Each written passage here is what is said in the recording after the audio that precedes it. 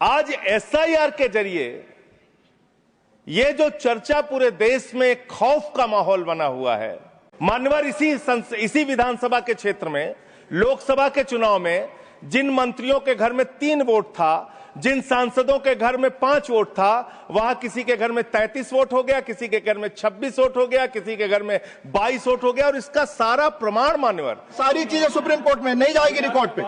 Sir ये गड़बड़ी पे बात हो रही है। गड़बड़ी मेरा समय चला जा रहा है, सुप्रीम कोर्ट के पास सर मेरा टाइम जा रहा है। सर विषय पर बोलिए। सर विषय पर बोल रहा हूँ सर। नहीं, विषय पर नहीं बोल रहे हैं। विषय ऐसे तो फिर बात नहीं हो पाएगी। नो ठीक है सर, ऐसे बात नहीं हो पाएगी। आप हमारा टाइम खराब कर रहे हैं। विषय पर बोलिए। माननीय संजय से धन्यवाद मान्यवर, आपने चुनाव सुधार जैसे महत्वपूर्ण विषय पर, जिसमें इस समय पूरे देश की चिंता है, ऐसे महत्वपूर्ण विषय पे मुझे अपनी बात कहने का मौका दिया।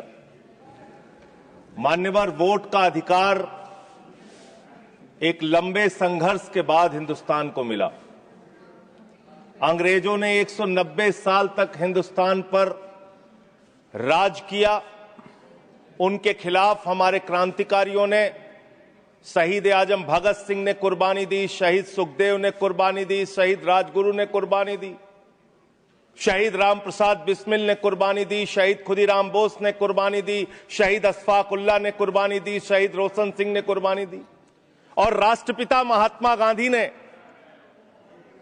त्याग और बलिदान से इस देश को आजाद कराया। और जब हमारा मुल्क आजाद हुआ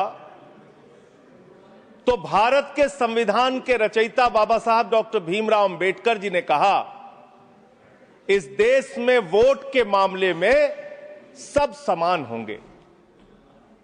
राष्ट्रपति के वोट की भी गिनती एक होगी, प्रधानमंत्री के वोट की भी गिनती एक होगी, मुख्यमंत्री के वोट की गिनती भी एक होगी, सांसद विधायक के भी वोट की गिनती एक होगी, और गांव में रहने वाले मजदूर के वोट की गिनती, दलित के वोट की गिनती, पिछड़े समाज के लोगों के वोट की गिनती, आदिवासी के वोट की गिनती एक होगी।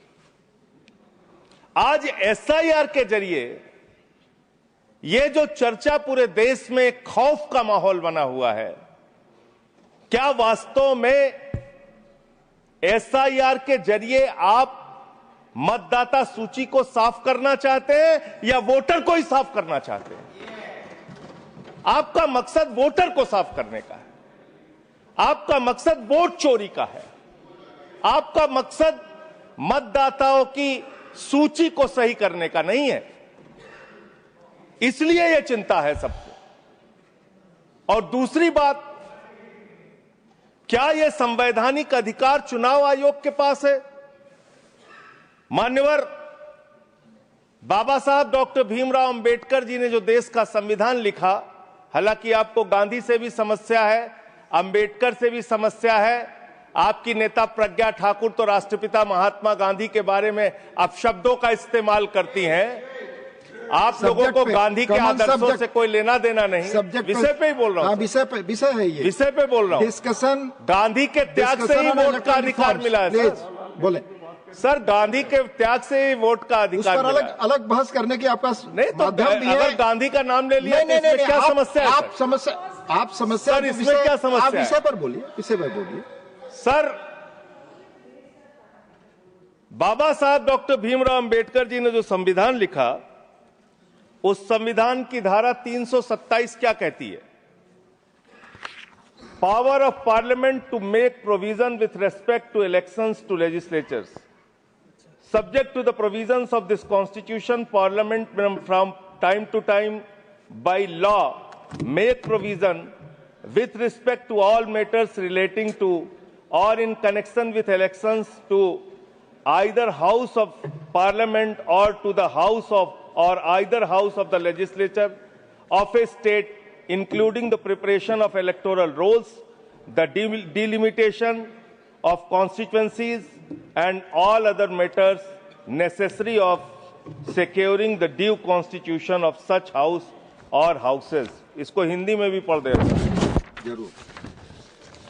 भारत के संविधान की धारा 327 कहती है, इस संविधान के प्रावधानों के अधीन रहते हुए संसद समय समय पर विधि द्वारा संसद के किसी भी सदन या किसी राज्य के विधानमंडल के सदन या किसी सदन के चुनाव से संबंधित सभी मामलों के संबंध में प्रावधान कर सकती है, जिसमें मतदाता सूची तैयार करना, निर्वाचन क्षेत्रों का परिसीमन करना और ऐसे सदन या सदनों के विधिवत गठन को सुनिश्चित करने के लिए आवश्यक अन्य सभी मामले शामिल हैं।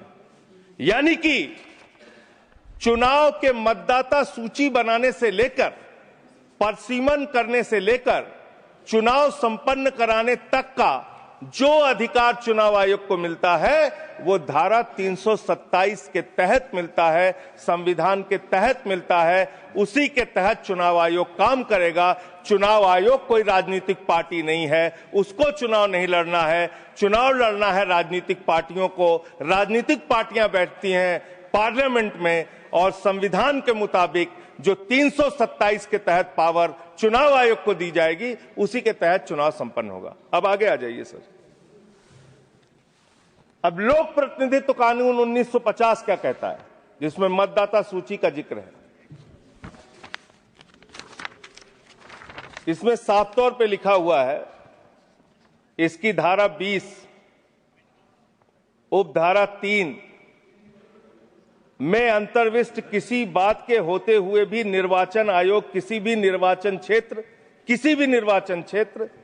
या निर्वाचन क्षेत्र के भाग के लिए निर्वाचक नामावली में ऐसी रीति में जिसे वह ठीक समझे विशेष पुनरीक्षण के लिए निर्देश उन कारणों से जो अवलिखित किए जाएंगे किसी भी समय दे सकेगा। कारण अवलिखित किए जाएंगे, ये साफ तौर पे यहां लिखा हुआ है। एसआईआर आप क्यों करा रहे हैं, ये कारण आपको देश को बताना पड़ेगा, ये कारण आपको देश के सामने रखना पड़ेगा। ऐसे नहीं कि हम तुगलक हो गए हैं, हमारे दिमाग में सनक आ गई है, हम पूरे देश में एसआईआर कराएंगे। संसदीय शब्दों का ही इस्तेमाल नहीं, शब्दों का नहीं सर, प्लीज सर इसमें क्या गलत मैं कह रहा हूं? क्या तुगलकी फरमान जारी करके एसआईआर कराया जा सकता है? पॉइंट ऑफ ऑर्डर क्या है? पॉइंट ऑफ ऑर्डर किस रूल के तहत? 238 sir. हाँ बोलिए। Clause 5, reflect upon the conduct of persons in high authority unless the discussion is based on a substantive motion. I have already intervened. Please take your seat. हाँ माननीय संजय जी बोलिए आप।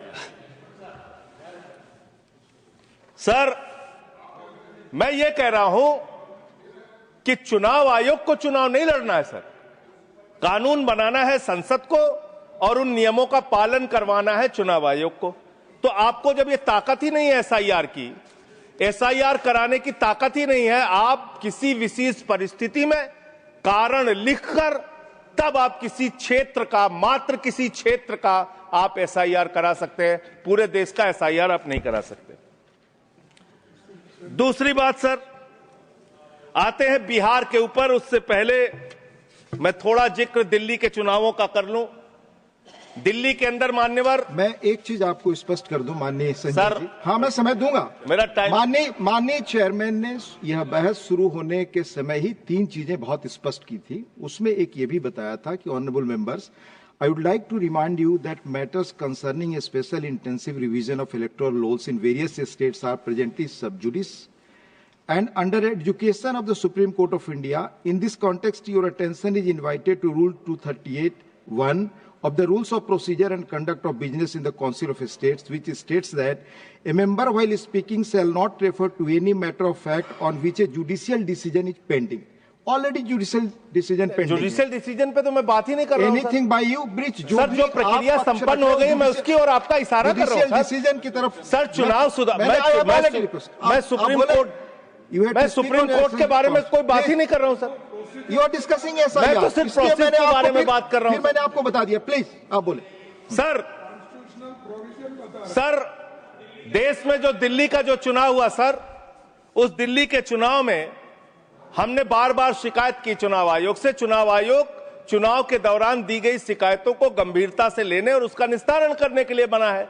दिल्ली के अंदर जो नई दिल्ली कॉन्स्टिट्यूएंसी है, अरविंद केजरीवाल जी की कॉन्स्टिट्यूएंसी, वहां पर सर चुनाव शुरू होने से पहले ही 42,000 वोट काट दिए गए, 42,000 वोट काट दिए गए।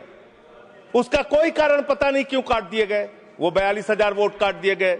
मान्यवर इसी विधानसभा के क्षेत्र में लोकसभा के चुनाव में जिन मंत्रियों के घर में 3 वोट था, जिन सांसदों के घर में 5 वोट था, वहां किसी के घर में 33 वोट हो गया, किसी के घर में 26 वोट हो गया, किसी के घर में 22 वोट हो गया। और इसका सारा प्रमाण मान्यवर हम लोगों ने चुनाव आयोग को लिख कर दिया। तो आप तो कहते हैं मुसलमान देश की आबादी बढ़ा रहे हैं, आप तो 6-6 महीने में 18-18 साल के बच्चे बढ़ा ले रहे हैं, 33-33 वोट बढ़ा ले रहे हैं। ये कहां से आ रहे हैं? ये कहां से आ रही है? आबादी आपकी कैसे बढ़ रही है? दिल्ली में पूरी तरीके से आपने चुनाव का घपला किया, जिसका हम लोगों ने लिखित शिकायत दी थी। एक ही भारतीय जनता पार्टी के पदाधिकारी ने 11,000 वोट कटवाने के लिए शाहदरा में एप्लीकेशन दी थी। 24 बीजेपी के कार्यकर्ताओं ने 4800 वोट कटवाने की एप्लीकेशन जनकपुरी में। सर चुनाव की गड़बड़ी, सर चुनाव की गड़बड़ी, क्या सर चुनाव की गड़बड़ी पे हम नहीं बोल सकते? सर फिर हमारा टाइम जा रहा है, सर फिर हमारा टाइम जा रहा है। स्पीक ऑन द सब्जेक्ट, आपका समय जा रहा है क्योंकि आप विषय से बाहर बोल रहे हैं। सर आप बताइए, चुनाव की गड़बड़ी पे मैं नहीं बोल सकता। सर मैं आपसे विनम्रतापूर्वक पूछना चाहता हूं, क्या चुनाव की गड़बड़ी पे मैं नहीं बोल सकता? आप चुनाव में हो रही गड़बड़ियों पे नहीं बोल सकता। इलेक्शन रिफॉर्म्स के पक्ष और विपक्ष में हम इलेक्शन रिफॉर्म्स कैसे होगा जब गड़बड़ियां नहीं बताएंगे? सर उन चीजों के बारे में जब गड़बड़ियां बताएंगे नहीं तो रिफॉर्म्स कैसे होगा? संसद में उठा चुके हैं जिन चीजों को। सर मैं आपसे हाथ जोड़कर पूछना चाहता हूं, एक सेकंड सर, मैं आपसे विनम्रतापूर्वक पूछना चाहता हूं, चुनाव की गड़बड़ियों के बारे में अगर सदन को आपको नहीं बताऊंगा सर, तो उसका रिफॉर्म्स कैसे होगा? तो दिल्ली में अगर एक गड़बड़ी हुई है, जरूर आप बोले, ये आपका अधिकार है, पर स्पेसिफिक जो उदाहरण दे रहे हैं उसके बारे में पहले आप उठा चुके हैं, वो अमान्य हो चुकी है चीजें। प्लीज नहीं सर, नहीं सर, नहीं सर, सर आपका समय जा रहा है, please come on the subject. Delhi के अंदर बड़े पैमाने पर वोट काटे गए और चुनाव में खुलेआम गड़बड़ियां की गई। अब बात करते हैं बिहार में। सर बिहार में आपने अचानक कहा पूरे राज्य का SIR होगा। SIR आपने कराया, करीब 65 लाख वोट काट दिए वहां पे। और मान्यवर, मैं आपके सामने कुछ विधानसभाओं की सूची पढ़ना चाहूंगा। मोतिहारी में 54,000 वोट काट दिया, बीजेपी 13,000 वोट से जीती। गोपालगंज में 66,000 वोट काट दिया, बीजेपी 28,000 वोट से जीती। संजय जी बरौली में 46,000 वोट काट दिया, बीजेपी 12,000 वोट से जीती। अनमोल में 37,000 वोट काट दिया, बीजेपी। सुप्रीम कोर्ट, ये सारी चीजें सुप्रीम कोर्ट में नहीं जाएगी रिकॉर्ड पे। सर ये गड़बड़ी पे बात हो रही है। गड़बड़ी मेरा समय चला जा रहा है, सुप्रीम कोर्ट के पास है। सर मेरा टाइम जा रहा है। सर विषय पर बोलिए। सर विषय पर बोल रहा हूँ सर। नहीं, विषय पर नहीं बोल रहे। विषय ऐसे तो फिर बात नहीं हो पाएगी। नो ठीक है सर, ऐसे बात नहीं हो पाएगी। आप हमारा टाइम खराब कर रहे हैं। विषय पर बोलिए। नहीं, मेरा सारा समय चला जा रहा है सर। आप विषय पर बोलिए। जो चीज सब जुडिस है उसके बारे में honourable chairman has made it clear. Please. Election में ऐसे गड़बड़ियां होते हैं, उसको क्या करना चाहिए ये बता रहे हैं। ये सारे कंप्लेन माननीय LOP सुप्रीम कोर्ट के पास है। ये सब जुडिस मामला है, इस पर मैं अलाउ नहीं करूंगा। ऑलरेडी चेयरमैन ने कह दिया। माननीय संजय सिंह, आपका समय जा रहा है। आप सर आप बोलने ही नहीं दे रहे हैं, फिर ऐसे बोलने नहीं दे रहे हैं। आप कानून, सर चुनाव की गड़बड़ियों के बारे में नहीं बोलेंगे? आप संवैधानिक मर्यादाओं, चुनाव की गड़बड़ियों के बारे में नहीं बोलेंगे? चेयर पर आरोप करेंगे, ये आपको फ्रीडम है। आप कुछ भी कह सकते हैं नियम कायदे के बाहर जाकर के। ठीक है सर। दूसरी बात सर, प्लीज, EVM का इस्तेमाल देश के अंदर शुरू हुआ। प्लीज। और जब EVM का इस्तेमाल शुरू हुआ, अपनी जगह बैठे, तो देश में तमाम बहस शुरू हुई। और EVM के ऊपर सबसे पहला किसी ने सवाल उठाया तो उस व्यक्ति का नाम है GVL नरसिम्हा। उन्होंने बाकायदा किताब लिखी है कि लोकतंत्र के ऊपर खतरा है ये EVM। और उसके बारे में लाल कृष्ण अडवाणी जी ने उनकी किताब के प्रशंसा करते हुए और EVM पे सवाल होते हुए, अब इस पे भी समस्या है, इस पे भी। तो उस पे पूरा EVM के ऊपर सबसे पहले इन लोगों ने सवाल उठाया। EVM किन किन देशों में था और कहां कहां बैन हो गया, मैं पढ़ के बता दे रहा हूं। जिन जिन देशों में बैन हो गया, जर्मनी में, नीदरलैंड में, आयरलैंड में, UK में, फ्रांस में, पुर्तगाल में, इटली में, ऑस्ट्रेलिया में, नॉर्वे में, कनाडा में,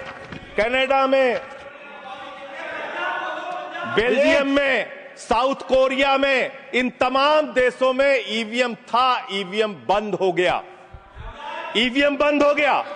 लेकिन मुझे एक मन में शंका होती है जो आपके माध्यम से उधर बैठे हुए लोगों से पूछना चाहता हूं।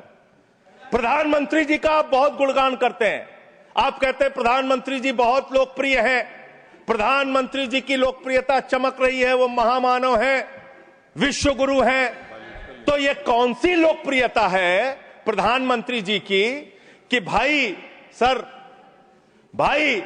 प्रधानमंत्री जी की कौन सी लोकप्रियता है कि ईवीएम से चुनाव कराएंगे तो लोकप्रियता कायम रहेगी, बैलेट से चुनाव कराएंगे तो लोकप्रियता खत्म हो जाएगी?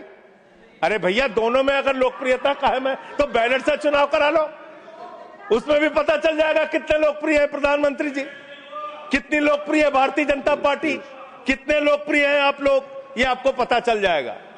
दूसरी बात मान्यवर, दूसरी बात, आपने अभी मैंने सुना कि डिटेंशन सेंटर बनाएंगे घुसपैठियों के लिए, और यह कहा गया कि इस पूरी चुनाव की प्रक्रिया के तहत जो लोग पकड़े जाएंगे घुसपैठिए, उनको उस डिटेंशन सेंटर में रखा जाएगा। मैं आपके माध्यम से इस सरकार से पूछना चाहता हूं, 11 साल से इस देश में ट्रंप की सरकार तो है नहीं, न बराक ओबामा की सरकार है, न बाइडेन की सरकार है, यहां पर प्रधानमंत्री नरेंद्र मोदी जी हैं और गृह मंत्री अमित शाह जी हैं। आपने 11 साल में कितने घुसपैठिए हिंदुस्तान से भगाए, इसके बारे में आंकड़ा दीजिए सदन को आप जानकारी दीजिए। आप बिहार जाते हैं, वहां घुसपैठिया झारखंड जाते हैं, वहां घुसपैठिया दिल्ली आते हैं, वहां घुसपैठते हैं, हरियाणा जाते हैं, वहां घुसपैठिया महाराष्ट्र जाते हैं, वहां घुसपैठिया हैं, आसाम जाते हैं, वहां घुसपैठिया पकड़ नहीं पाते। यह कौन सा घुसपैठिया है? जहां पर चुनाव होगा वहां आपको घुसपैठिया मिल जाते हैं, आप पूरा चुनाव उसके ऊपर करते हैं। कितने घुसपैठिया बिहार में मिले, इसको बताइए, देश को, इस सदन में बताइए।